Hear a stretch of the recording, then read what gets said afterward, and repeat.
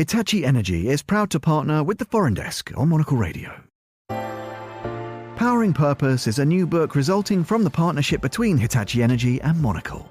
It tells the story of the people and the technology leading the energy transition and ushering in a sustainable and secure future. Hitachi Energy and Monocle work together to provide inspiration on powering people's lives and where to find the energy for change in the era of electrification. Secure your copy now at monocle.com or in store in Monocle outlets around the world. And if you want to understand the role you can play in harnessing connections to ensure a brighter, more sustainable and secure future, head to hitachienergy.com. Hitachi Energy and Monocle, inspiring the energy for change. Anybody who has worked in or reported on such fields as politics and diplomacy will be able to recall incidents and people who were stranger than fiction, funnier than comedy, or both. To cite only the most obvious example, it would not have been so long ago that anybody trying to float the satirical conceit of a game show host being elected President of the United States would have been groaned out of any writer's room for pitching such a hacky idea.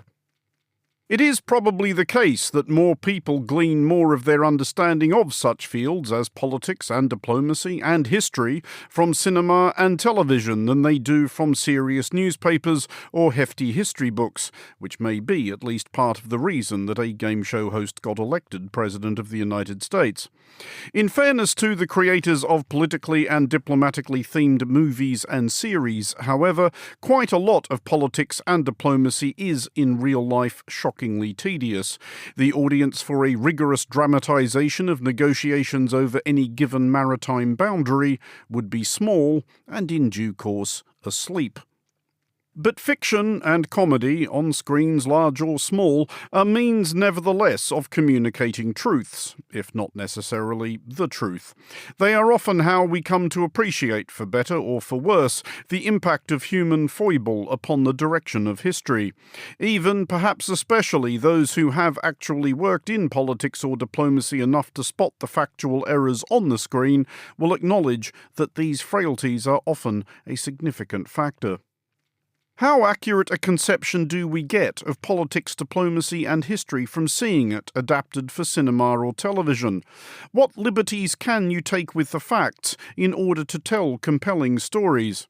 And how do you make fun of people and situations which are already ridiculous? This is the Foreign Desk.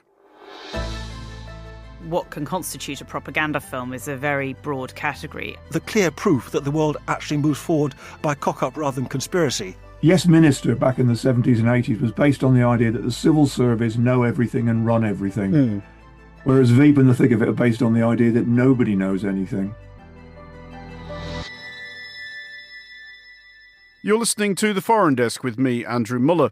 I'm joined first of all by Alex von Tunzelmann, historian, author of several history books and screenwriter, most notably of Churchill, the 2017 film starring Brian Cox in the title role. Alex, let's talk about a few films which have attempted to represent historic events. We've picked three which I, for one, think have actually done the job quite well. We'll consider them in reverse chronological order, not just of the order in which they appeared, but actually of the events in which they describe. First of all, Zero Dark 30. I'm about to go look the president in the eye. And what I'd like to know, no fucking bullshit. It's where everyone stands on this thing. Now, very simply, is he there or is he not fucking there? I'd like to know what Maya thinks. We're all incorporating her assessment into ours. 100% he's there. Okay, fine, 95%, because I know certainty freaks you guys out, but it's 100. Which I thought was terrific. And again, I'm aware that probably it is not an absolutely minute representation of reality, because as anybody who has ever worked in intelligence work is always happy to tell you, most of what they do is unbelievably tedious and nobody is going to watch an entire film of that. But what did you make of that one? It is actually a very entertaining movie. It was pretty controversial at the time, and not just for there are a couple of quite hilarious things in it, such as, you know, Pakistani street scenes where the Pakistanis speak Arabic. which is not the language. They speak a lot of languages in Pakistan, not Arabic. Really? Not one of theirs. They are not Arabs. And the sort of mispronunciation of all the town names. I mean, obviously, famously, Osama bin Laden was caught in Abbottabad, and they all say Abbottabad. It's as if they've sort of thought that must be some sort of strange Pakistani word, whereas, of course, it was named after General Sir James Abbott. It's Abbottabad. That's the name of the town. It's a colonial name. And we also get Peshawar instead of Peshawar, I think, as well. So there's a few kind of slightly have you spoken to a single Pakistani in the making of this film moments. But what was much more controversial was the film's attitude on torture. Did it seem to suggest that, in fact, the hunt for bin Laden succeeded because they tortured people at the right moments? And therefore, and there was a lot of suggestion that the CIA and their involvement in the film had sort of rather subtly but definitely pushed that line to the filmmakers, and that the filmmakers had. Is that a thing in your experience or understanding of Hollywood in particular happens a lot, that they will get lent on by agencies of government to frame narratives in a certain way in return for their cooperation? Absolutely, definitely. It's a huge thing. And I think people often don't realise that this happens, that what can constitute a propaganda film is a very broad category. And I think, you see it with films like even Captain Phillips. If you want to film something on an aircraft carrier, I mean, you can't just go down to Hertz and rent an aircraft. I'm sure you've tried, Andrew. I wouldn't put it past you at all. But you have to cooperate with the US Navy if you want to use an aircraft carrier or any of these massive kind of ships. And at that point, you are in a situation where they're going to just, very nicely say, look, we could have a look at the script for you, and we're just going to need to make sure that the Navy's represented in a certain way and that this is going to happen. And, if that was happening in a film made in Russia, we would all have a certain take on it. And just because it's made in Hollywood doesn't mean that take isn't still valid. So I guess with this, as with anything else, be mindful of context. I want to move along to 13 Days, in which you must have taken an interest because one of your books does touch on the subjects portrayed therein. If we go ahead with these airstrikes, you know what it'll come to in the end. There has got to be something else. Give it to me. 6 months ago, we gamed out a scenario. It's slow, it doesn't get rid of the missiles, it's got a lot of drawbacks.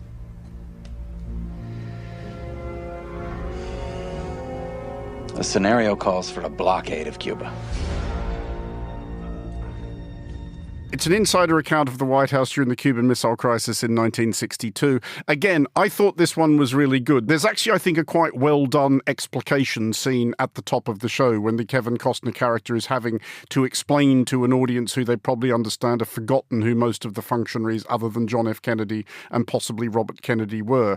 And it just has him at his kitchen table testing the knowledge of his children, which I thought was actually quite a nice way to introduce the characters. Lovely piece of exposition. Beautifully done. Yes, I really like that. I mean, actually, I think, again, this is really a very good film. I mean, I think the kind of obvious critique of it that some people have made that is legit is that it's completely focused on events in Washington. There's no interest in what's going on in Moscow, and there's no interest in what's going on in Havana or in Cuba generally. But on the other hand, I think what I would say is that is very accurately reflecting of the sort of spate of memoirs and accounts that came out just after the missile crisis was resolved by people such as RFK, who put their version of events down. Of course, they had no idea what had been going on in Moscow or Havana. So it gives you that sense. I think if you accept that limit on it, that it is very much looking at a sort of hermetic view of Washington. It's not a full picture, but again, it's not a documentary. It's representing that. And I think it does represent that really, really well, actually. I mean, to be honest, my main problem with the film is the Kevin Costner character, where they've sort of done that thing of, like, obviously we need a big name in this movie. Obviously he can't play JFK. That would be ridiculous. So, let's give him a minor character that we can sort of have him observing it through, which is not a bad idea, but he becomes the audience's representative. Yeah, sort of. Yeah. It's not about it. It's quite an effective way to make a film. But the problem with it slightly is just that Costner is the least good actor in the movie. All the other character actors are absolutely fantastic, playing all these roles.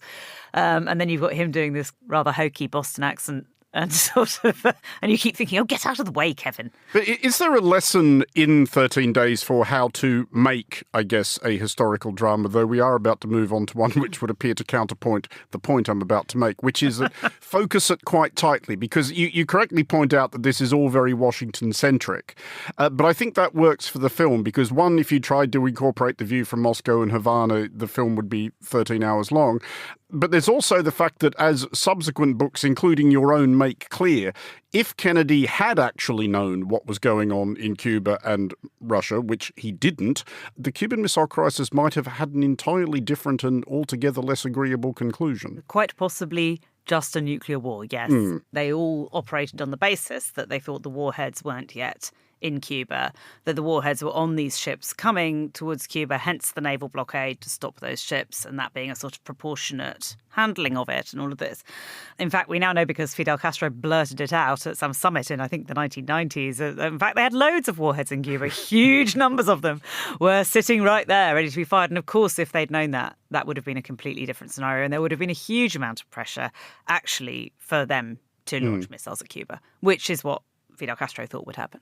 Well, let's move finally on to the unabashed, sprawling epic. This is Reds. If you refuse to support the capitalist war machine, they will follow your example, and if the workers of the world stand together, the war can be stopped.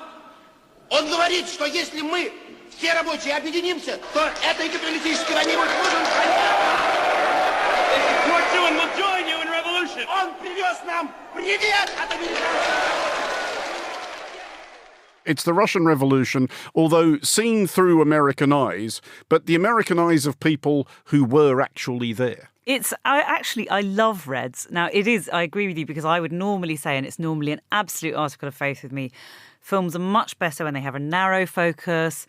I think the ideal runtime is about an hour 25. It's really tight. You want to keep these things really coherent and short. Reds is this massive, flowing epic, and it does have a bit of a soggy bit in the middle where we sort of get the sort of slightly Monty Python-ish fights between various American socialist factions, which does go a bit boring, but it's actually a terrific movie. Warren Beatty playing John Reed, who's an American journalist who was in Russia to witness the October Revolution in 1917, and it's got this unbelievably fantastic cast. Louise Bryant, his partner, Diane Keaton. It's got Jack Nicholson as Eugene O'Neill. It's hilarious. He's basically playing Jack Nicholson, but that's very entertaining. So, you enjoy that tremendously. It's absolutely superbly entertaining, brilliantly written. And I think what's really interesting about it, because obviously, this is a film, made in the US in, I think, 1981. And it's about communism, a subject that Americans have sort of found very controversial and all of this. And actually, I think it's a really clever, nuanced, intelligent film, which really doesn't reduce anything to sort of boring stereotypes or basic good, bad. It also absolutely doesn't sugarcoat communism. It does not. To be very clear, I don't think it sugarcoats anything. I love that it kind of ranges far and wide. But it is, it's a rolling epic. If you can find a sad, rainy Sunday afternoon, I thoroughly, thoroughly recommend it. Concluding question. As a historian and writer of historical films, are they actually, or can they be, a good way to learn history?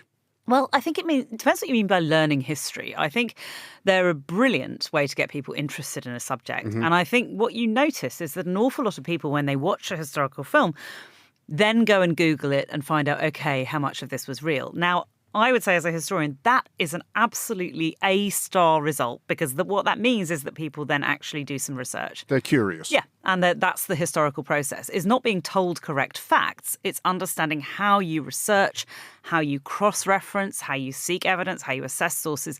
That's far more important than just telling people something that's correct, which in any case is obviously going to be disputed and is not definitional. So I think they're a wonderful way of teaching critical thinking, as long as you understand that they're not documentaries.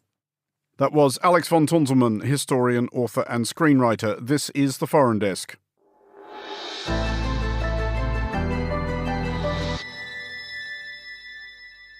You're listening to The Foreign Desk on Monocle Radio, and joining us now to assess such gap as there may be between fiction and reality is John Everard, former British ambassador to Belarus, Uruguay and North Korea.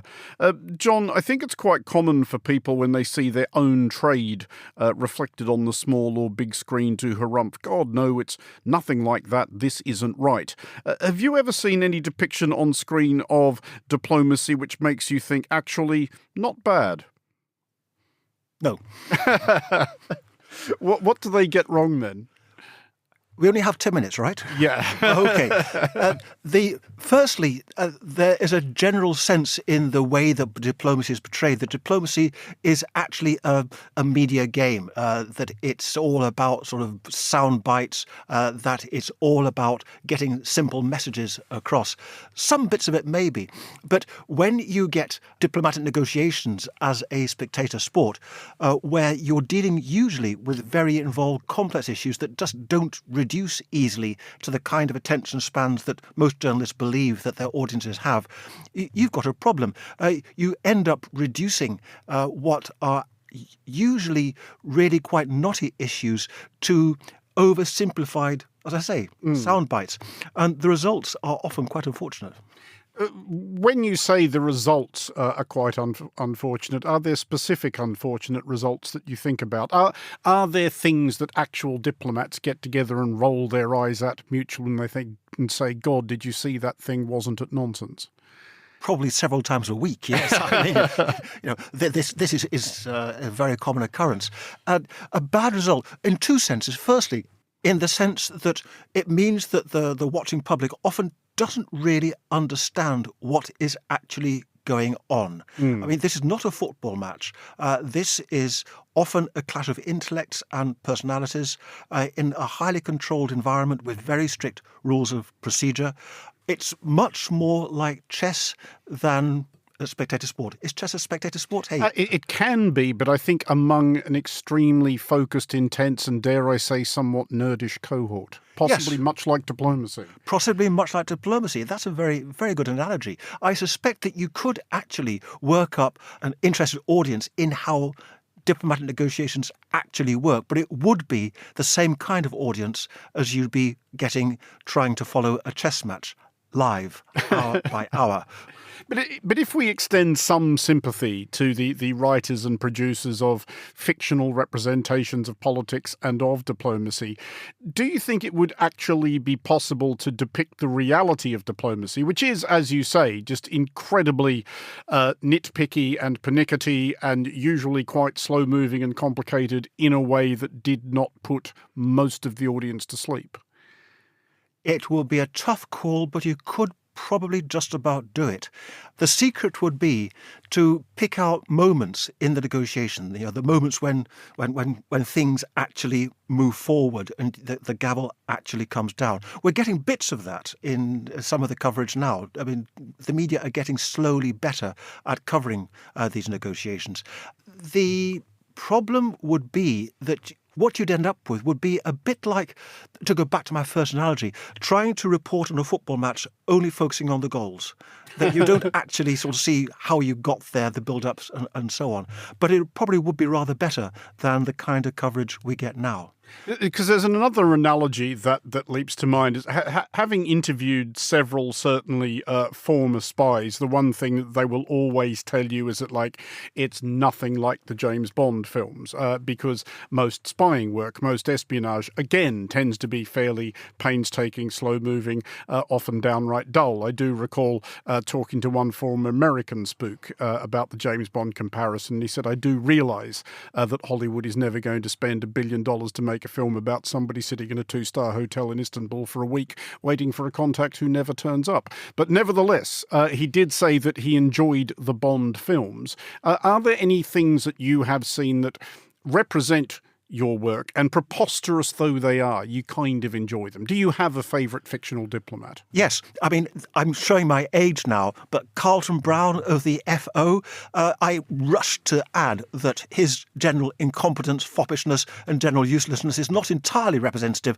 of all members of my former profession, but the kind of bungling that goes on and the clear proof that the world actually moves forward by cock-up rather than conspiracy, I think is closer to the truth than some of us would like to admit. This is a 1959 film starring Peter Sellers and Terry Thomas, and I definitely knew that without looking it up. I wish to make clear to our listeners. But that thought of cock-up rather than conspiracy, and anybody who has, I think, ever worked in government or spoken to people who have understands that that is the way of the world. Do representations that tend towards comedy actually tend to get it more right? I suppose every profession has its comical aspect, doesn't it? And if you write coverage of diplomacy or fiction of diplomacy as a comedy, you're going to bring those out. That's fine, provided you understand that that is only a small part of the whole. A lot of it is really not mirth-making, is quite tedious, goes on for a long time with nothing very much happening, and really doesn't make a great comedy script. You used the word foppish earlier, and that is often used to describe the British abroad, and I think is often employed as a character trait certainly by foreign depictors of the British abroad. And at this point I wanted to bring in a fictional diplomat to see what you thought of them. It actually helps that, as we were discussing earlier, you have never seen the programme.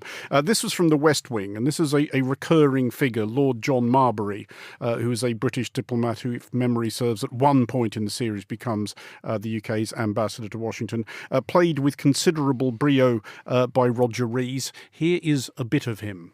Allow me to present myself, Lord John Marbury. I was summoned by your president. Yes. We've met 10 or 12 times. I'm Leo McGarry. Oh, I thought you were the butler. No, I'm the White House Chief of Staff. Nonetheless, would you have something with which to light my cigarette? Oh, I'm afraid we don't allow smoking in this part of the world. Really? Yes, sir. In this part over here, we encourage it. Sir? It's your lordship, as a matter of fact, but it couldn't possibly make the least difference. Technically, I think I'm right in saying it wouldn't actually be your lordship, would it? Or would it? No, technically, that's right, yes. Yeah, that's the sort of thing you have to know in that line of work. That's right, yes. I once remember in a dinner in Beijing having to learn the correct form of address for an archdruid. These things actually do happen. Yes. What is the correct form of address for an archdruid? I'm afraid I've long forgotten, but I knew it that night. You'll never know when that's going to come in handy. But does that stereotype endure in the real world? Do foreign governments, when you present your credentials, as you have in various places, kind of expect you to be this grandiloquent eccentric? Not really. Which is almost a pity because they tend to expect you... Well, yes, that's right. Because they tend to expect you to be a bit more like James Bond, which, for reasons that we didn't go into too deeply here, I have trouble living up to. Well, we have a bit more of Lord John Marbury as played by Roger Rees in The West Wing, and I wanted to pitch this to you to see if this is anything like On the Money. Is this the kind of speech that would get made in the corridors of power? Not since the Protestant-Catholic Wars in the 16th century has Western society known anything remotely comparable to the subcontinent's religious malevolence. To a lesser observer, the intensity of the emotional frenzy is so illogical as to border on mass psychosis. But, as has been said by kings and queens, I am not a lesser observer. John, would you ever have wheeled that one out? Only once, just before you leave the service. It's the kind of speech that gets you instantly hated by all your colleagues, both within the service and without. No, you don't do that. Just finally then, John, is there anything at all that the lay person can glean from any fictional representation of diplomacy that maybe doesn't tell us much about how it works now, but maybe told us a bit about how it worked then, or does perhaps impart some eternal truth? I have a sinking feeling that Carlton Brown of the FO may well have reflected quite a lot of diplomacy in the first half of the last century. But looking for more recent portrayals of how it actually works, there's quite a lot in the film versions of the Le Carré novels, portrayals of spies in this case rather than diplomats, I grant you, but middle-aged men wandering around with box files, wading through piles of paper, trying to find the bit of information they're looking for. There's quite a lot more truth in that than perhaps more recent portrayals.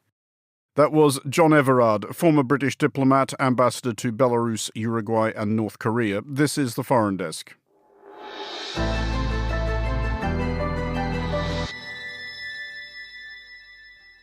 This is the Foreign Desk with me, Andrew Muller, and finally on today's show, for reasons largely pertaining to a couple of decisions made by American voters, these have been challenging times for satirists on two fronts. One, how to distill a ceaseless torrent of material into something coherent.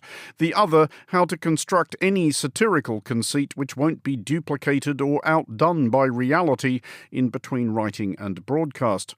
I'm joined finally by David Quantick, Emmy Award-winning television writer who contributed to Veep and The Thick of It, among others. David is also an author, most recently of the short story collection And Other Stories. David, I'm sure you've heard it more than most that things that actually happen are merely life-imitating satire. And when people point these things out, they do often refer to shows such as Veep and The Thick of It. Can you think yourself of any moments that you've read about, seen or heard of that have left you thinking, this is quite close to something I wrote? I mean, yeah, from time to time, recent events with all members of the British political parties have, reminded me of The Thick of It. Ed Davey and his rubber dinghy rapids adventures are quite the thick of it. A lot of what's going on with the current Labour government, and certainly a lot of the pronouncements of Kemi Badenoch, have got that slight hint of, well, it was despair that really ran through The Thick of It, and it was panic that ran through Veep. I think those were the main emotions with those two shows. I mean, despair and panic, of course, are often fairly prominent emotions in the day-to-day practicing of politics. But further on that thought, do you ever find yourself worrying at moments like that at some level or another you've given a particular individual or perhaps the cosmos ideas, even if it is people working within government, adopting Malcolm Tucker-esque personas because they think it's actually cool rather than grotesque?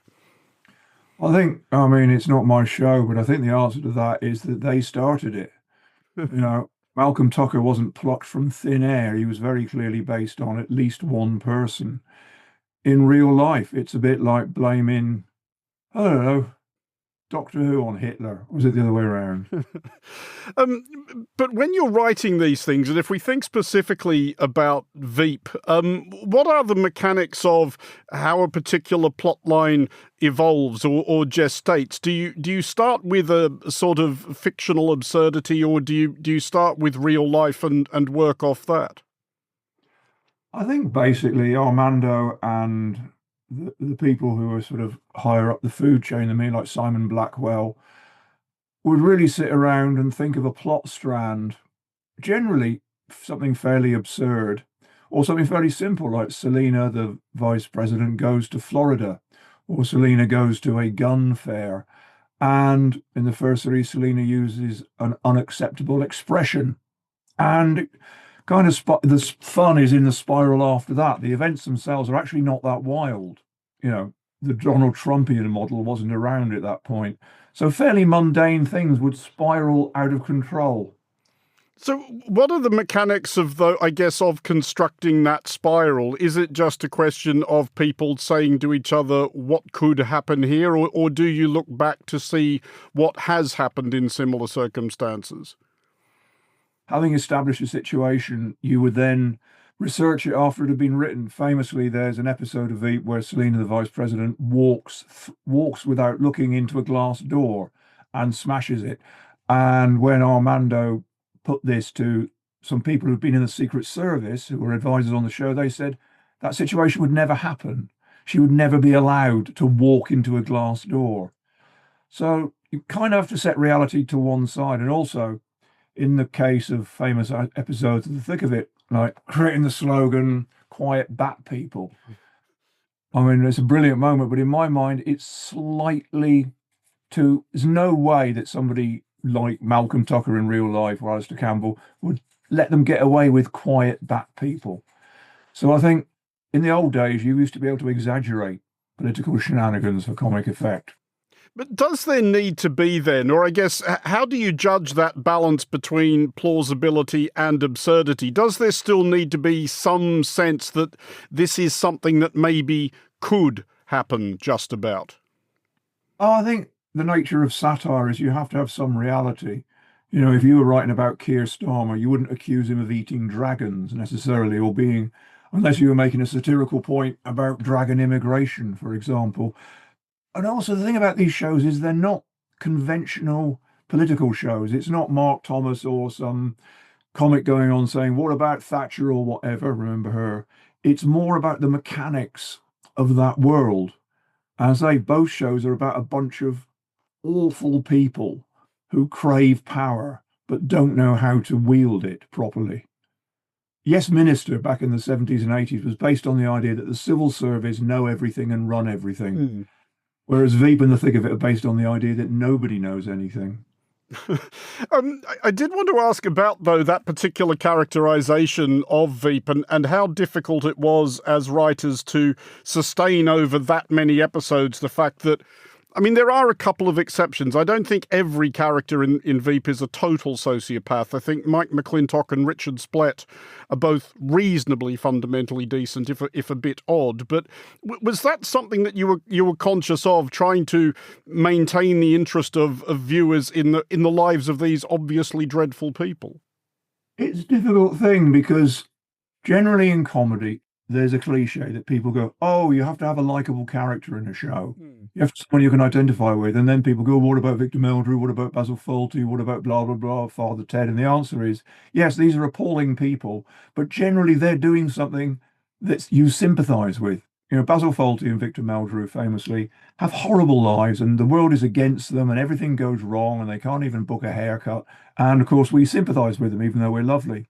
What's interesting about Veep is, apart from the exceptions you mention, and to be honest, Richard Splett is an idiot, apart from those exceptions, and Mike is someone who should be working in a shoe shop and not in the sales section. He should be putting shoes away. Apart from those characters, everyone in Veep is horrible. And what's interesting is that you don't have to sympathise with them, I think, because they're running the world. And deep down, we know that the world is, well, we know it now, the world is run by people who are not fit, you know, to wash your face. Which does prompt, I guess, what might be the kind of existential question that satirists ponder, that is there a value to it, do you think, or do you hope, beyond entertainment and just making people laugh? Is there a level at which consciously you are trying to teach something? Oh, I think that's always a very dubious area, and I can't really speak for Armando and everybody else. All I can do is trot out the old cliche that if satire was so crap, then why is it the first thing that any appalling regime does is cancel it, apart from Saturday Night Live, which is harmless and rubbish at the same time. And it probably did more to drive people into the arms of Donald Trump than any other television show. Well, I will ask then in closing, and the answer clearly isn't Saturday Night Live. Do you have a particular favourite political, diplomatic-related broadcast satire or even literary one that you still think of as the benchmark, the kind of quality you aspire to when you're working for programmes like this? I mean, it's a bit circular because the answer to me has to be the thick of it. And it's summed up to me by one line. It's just, I don't really know why, but the character of Nicola Murray, I always thought was kind of a prototype Selina Meyer, who was the leader of the Labour Party and was ineffectual in every way, but also vain. And it was kind of funny because she had nothing to be vain about. And in one scene, she's coming up with ideas and panicking madly, and she suddenly says to, I think, Malcolm, "This is why nobody likes me, isn't it?" And I love it because it's the one moment of self-awareness. So I'm always going to go, obviously, Yes Minister was the gold standard for its era, but as I've said, it's dated. I'm always going to go for the thick of it because, as I say, well, I mean, it's brilliant. Veep is great too, but the thick of it for me, because it contains the monster, Malcolm Tucker, and so many other idiots, is wonderful. David Quantick, Emmy Award-winning television writer, thank you for joining us. David's new book, And Other Stories, is available now.